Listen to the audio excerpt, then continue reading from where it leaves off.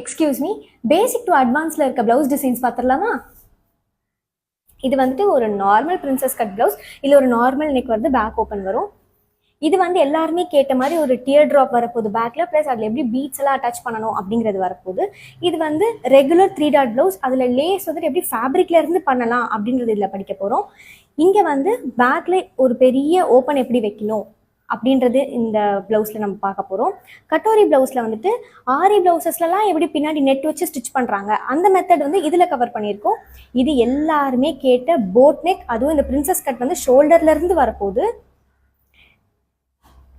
இது வந்து ஒரு காலர் நெக். இதில் லென்த் வைஸில் ஒரு ஓப்பனிங் வச்சு டிசைன் எப்படி பண்ணணும் அப்படின்றது பார்க்க போகிறோம். அண்ட் இது வந்துட்டு ஒரு நார்மல் ஸ்லீவ்லெஸ் ப்ளவுஸ்.